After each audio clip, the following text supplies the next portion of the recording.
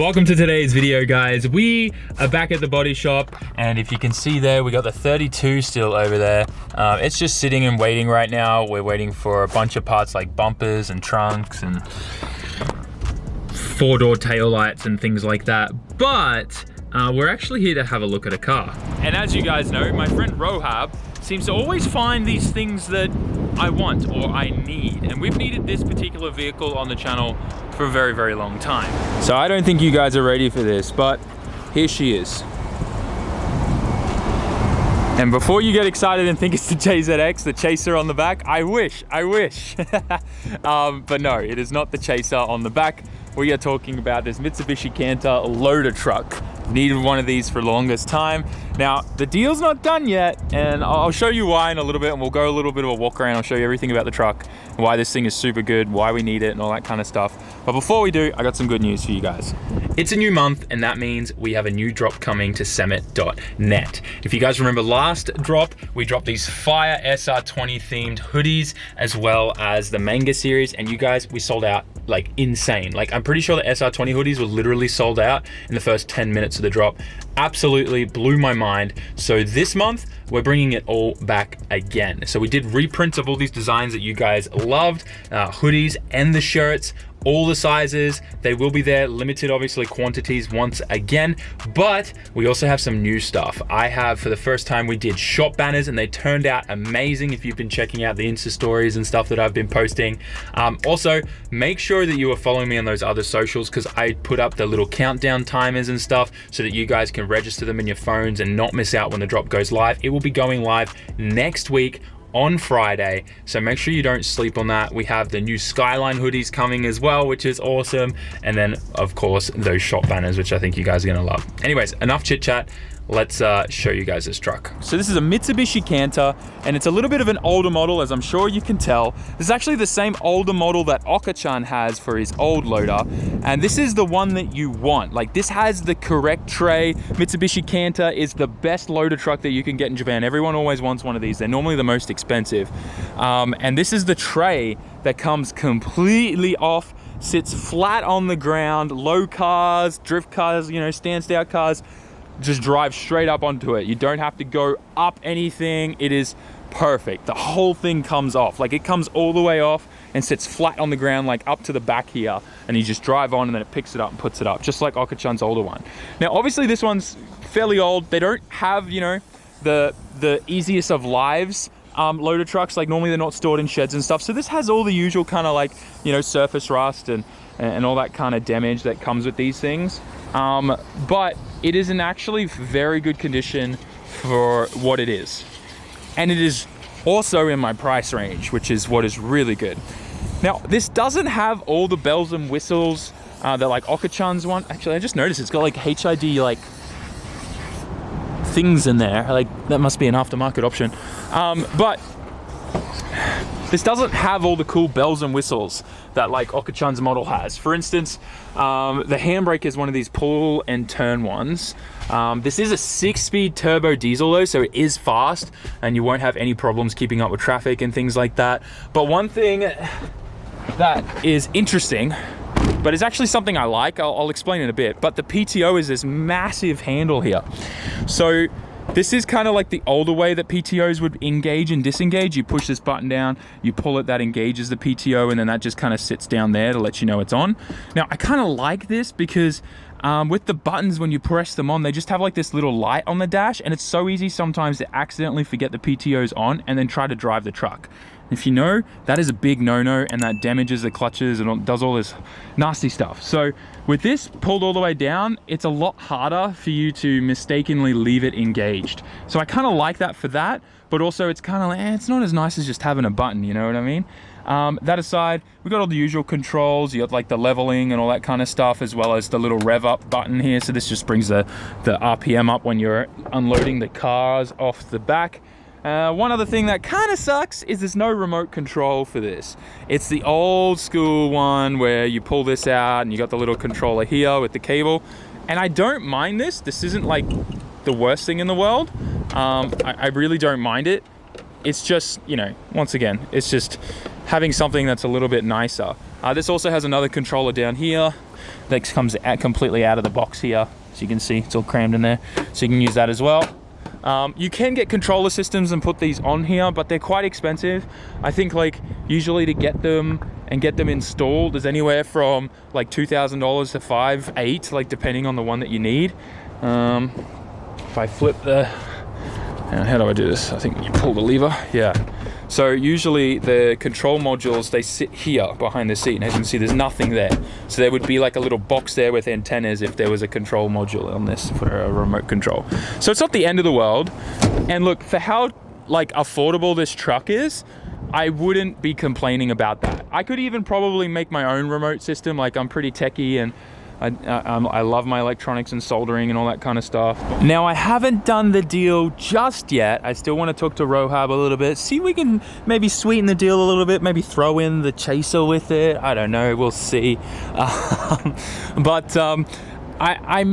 just gonna, I'm gonna think about it for a little bit, but potentially this could be our truck. It's something I wanted to share with you guys, mainly because I know, like, you guys know that we need this really bad for the channel, and just with all the cars and all that kind of stuff, it'll save us so much time and all of that. But anyways, that aside, let's listen to this thing, start her up, and check over a few things that, you know, you should before buying a car, and make sure it doesn't have rod knock, you know, all the kind of usual stuff. Although Rohab's selling it, he's a really trustworthy guy. I don't think there's going to be any issues like that.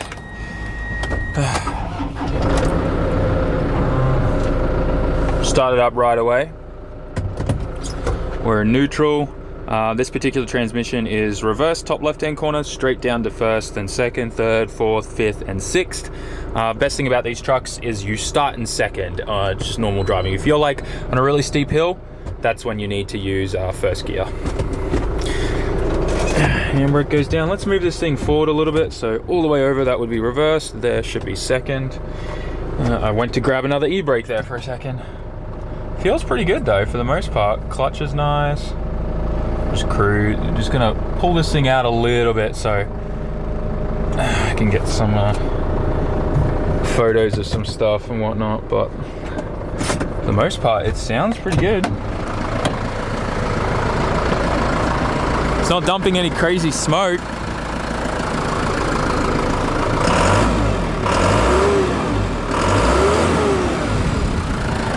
Sounds good to me. I mean, I'm no diesel guy. I know that these straps always rust really bad all the way through and the fuel tanks fall out of them, but this looks good. A little bit of a diesel spill there. But for the most part, like, this looks like it. I think this is gonna be a good buy for us. I know that the transmissions can go in these as well. Okachan had to do a trans on his. But yeah, I mean, it's not the end of the world. I wonder if we can pop the cab. How far forward does it go? Will it hit the K-van? I don't think it will it?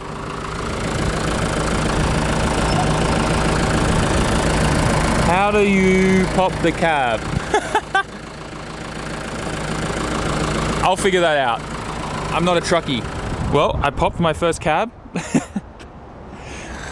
Everything looks like a diesel. Like, I don't really know much about these things. That's so trippy. Holy crap. But yeah, I mean, for the most part, it all looks good to me. We got a nice little turbo choocher here. Anything goes wrong with that, I'll drop it off with my buddies at GCG. They'll overhaul it. Thing will be a ripper. But yeah, like, I don't see anything wrong with it or anything that stands out. I mean, all diesels kind of look a little greasy, don't they? Now, from what I was told, is that this engine was supposedly overhauled recently, or I don't know. I'm gonna ask about that because, like, a lot of these bolts and stuff don't seem like they've been removed, so I'll just find out what kind of work was done. Maybe it was just like timing front service area, because I can see that it's got a new radiator hose, new belts and stuff like that. So maybe it was just like a 100,000 kilometer service or something. How many Ks has this thing done, actually? That's a good question. Dude, the ABS modules in these are big. Damn. A lot of lines going on. And yeah, like, under the cabin here, it looks really nice. Oh, there's a little rust spot there. Nothing too bad, though. Jeez. These things, like, pretty beefy. Not too bad. Oh yeah, so this is like the hydraulic motor that runs the ramp. Everything looks pretty good here. I mean, you got all your kind of surface rust on this thick stuff all through here, and you can see someone's just painted it all to make it look better, which I'm not too fussed about. They all look like that. For the most part though, I need to take this thing down, and I want to use 2 hands for that. I don't want to risk like chopping off a limb lowering this thing. So I'll put you guys down here. I think we're gonna get this. I think I'm gonna pull the trigger. It's too much of a good deal to pass up.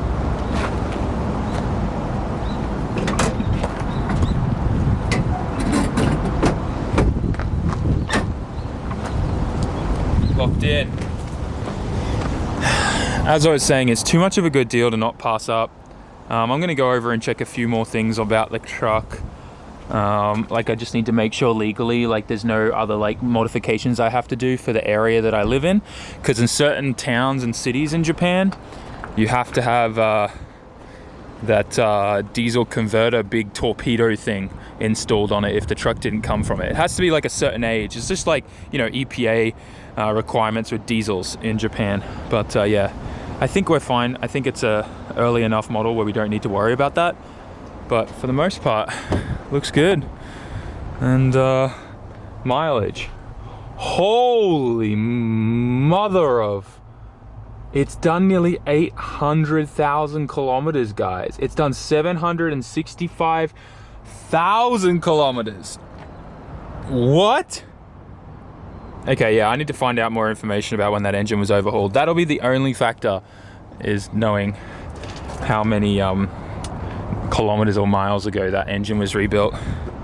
The truck looks pretty good though for doing 765,000 kilometers. That's kind of crazy. Yeah. All right, well, I'm gonna get some more information about it. We may not. I'm leaning towards most likely grabbing this. But yeah, we'll find out. I'll do a bit more research and stuff like that, but this is what I'm looking for right now. If we don't end up getting this one, we will be getting another one. We do need to head to the shop, unload a whole bunch of cool endless parts we got for the S15, which is pretty much everything we need to finally get that thing on the ground, so I'm hyped about that. So we'll probably pick this up from the shop. We just got to the shop and we've got a lot of parts to unbox and unload from the K-Van and sort everything out for Mitsuru because we're taking the K-Van up. But before we do, I'm a little bit thirsty, so we need to grab ourselves a little bit of a swig of water. That's good. I feel like I should be saying something like LTT store. I don't know. Anyways, I guess we'll start with the clutch, but ORC, they hooked us up with the S15 twin plate. I love how that thing feels. So when I was in the market for a clutch for the 350Z, because that is something you definitely need to upgrade, and I'm pretty sure the clutch in ours is already actually gone because it starts to slip already. I decided to go with, once again, ORC's twin plate clutch setup for the Z. Now, I could have gone with like a super single, but I just find the twin plates just last so much longer and they can handle a lot of horsepower, especially if I decide to go and make the Z make a lot of power in the end of the build. We'll see, hint, hint, nudge, nudge. But that aside, this is the twin plate clutch that's going on the Z. Oh, it's a chunky boy. Damn, look at that flywheel. It's entirely different. Nice, so we got 1 and 2. Twin plate. This thing's going to be making a lot of noises. I'm hyped. One thing is the discs are actually the same as the S15 at once, and this pressure plate should be the same too. It's just the flywheel part that's different for the Zs. Really interesting actually when I figured all that out. But yeah, we're good to go.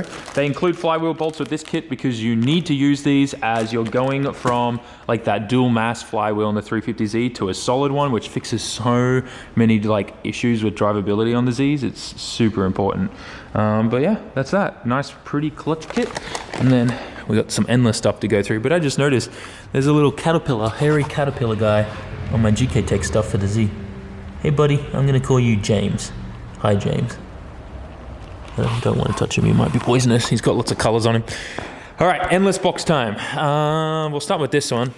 These, I didn't go, obviously, like, it's a drift car, so I'm not going to spend, like, you know, $20,000 on an endless brake kit for the S15. As cool as that would be, that then limits, like, wheel sizes and stuff you can run. But we did go with their rotor set. And what this means is, geez, I love how they give you these nice individual boxes like this. So these will replace the stock rotors, and they're just really nice. What do they call that? Oh, I can't think of the name. It's not slotted is the word I was looking for. Dude, look at that finish. Damn, I love that purple look. I wonder if they use any kind of special material. Let's see if we can just slide that over there. There we go. So I'm sure you can tell my other rotors are very heavily worn, but these, brand new, looks sick. Awesome, happy with that. Not so keen on the blue, but it's okay. You won't see it, it'll be behind the wheel. But yeah, nice new rotors. These, I didn't need to get them, although, like, you know, I kind of needed to at least get the old rotors machined because they're in such poor condition. But I decided to just go all new, all round. The rear rotors, by the way, they're marked left and right, so the slots do apparently matter depending on what... Well, it depends on the manufacturer, because some manufacturers have it flipped with the whole direction of the slots and stuff. It's always confused me. Just do whatever the manufacturers say. But the rears are the important ones, and I'll show you in a little bit why. So for the rear, what you can see right now is this is an S15 one. Once again, the rotors are heavily worn, really bad on the rear here. But these will be very different to what you're seeing there. All right, so these rotors here, this is much wider here, and that's because it encases the drum brake from the Skyline, and the Skyline drum brake assembly and everything that goes with the knuckle. So that's why it's really important that you make sure you change these, and I could have gone and gotten these old ones resurfaced and stuff, but just wasn't worth it. So we got a bunch of those new parts, we got all the pads to go with it. These are the pads that we highly recommend from Yashio Factory to anyone getting into drifting. Super, super important.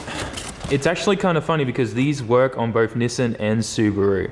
The R32, R33 Skyline, and GC8s. So I found that interesting. So we have one pack here of just rears, and then we have a pack here of both fronts and rears.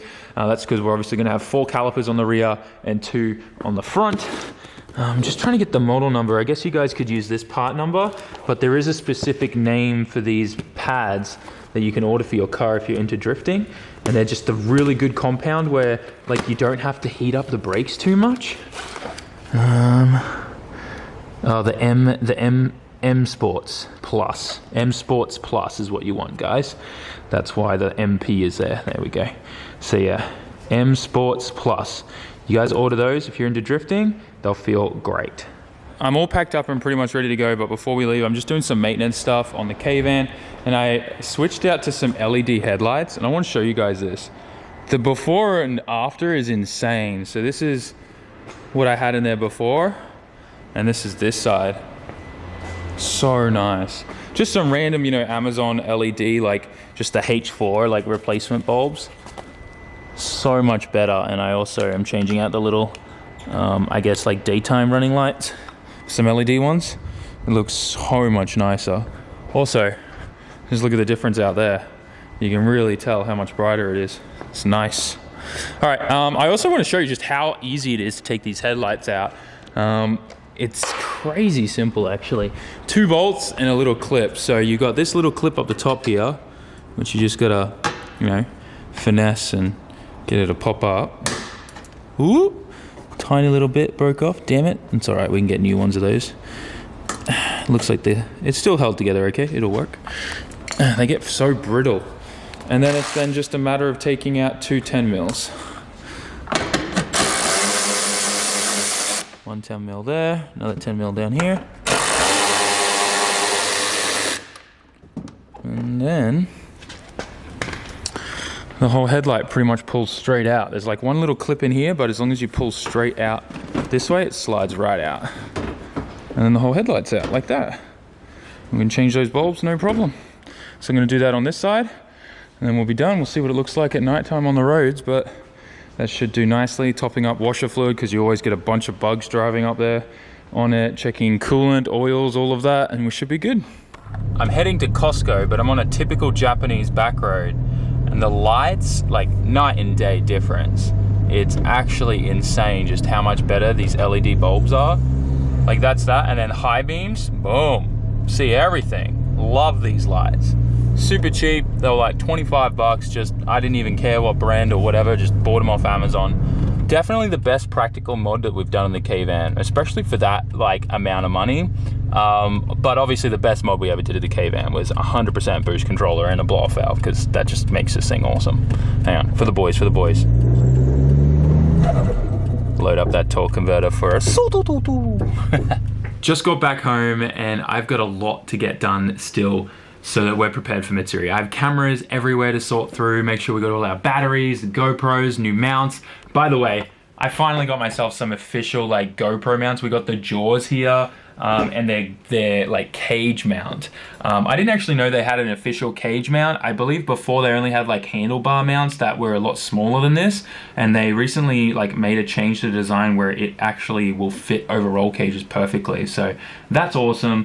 But the biggest thing is I've been using like off-brand versions of this for the longest time, and you have to use duct tape just to stop it from like swaying side to side while drifting. But the official GoPro one is so tight, you don't need to worry about that. Like they just don't move under the weight of the GoPro like the other cheap ones are. So, I mean, like I kind of always knew that the GoPro ones were expensive for a reason and they were higher quality. But yeah, I don't know. Eventually I just got sick of using duct tape and was like, why am I doing this? And I just bought these. But that aside, I still have lots to get done for Mitsuri prep and getting everything sorted out. Max is obviously filming for us, so that's going to be awesome. You know the video is going to be good.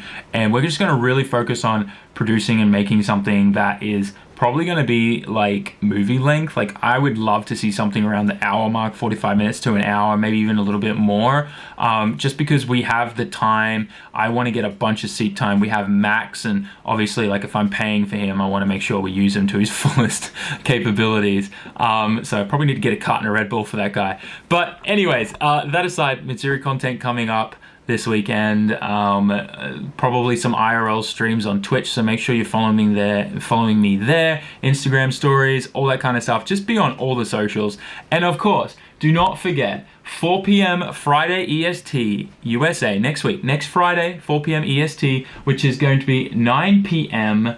London time, and Wednesday 6 a.m. Tokyo time.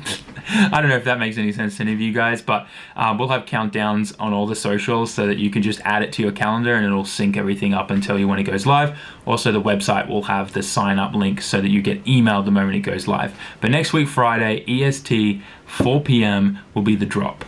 All the SR20 stuff is coming back. We're going to have the manga stuff all back. We're going to have an all new Skyline hoodie. We're going to have shop banners. Like, hang on, let me just show you the shop banners. This is the SR20 one, and this is the manga one. I am so proud with how these turned out. Like, they are perfect. High quality, really vibrant in color. They just look awesome. Like, no matter they're going in your shed, your garage at home, your workshop, living room, bedroom, it doesn't matter. Like, they're perfect, 2 meters by 1 meter in size, and I love them. I love them so much. I just want to cover my entire wall at the shop in them because they just look so good. The colors and like, just look how good this is the closer you get. Like the quality in this is incredible. I don't think I've ever seen shop banners that look that good, to be honest. But yeah, that aside guys, 4 p.m. next Friday, EST USA time. These are dropping with everything else. Don't sleep on it. Thanks for watching guys. Smash that like button, write a comment, subscribe, and I'll see you in the next one. Peace. Ciao, mata.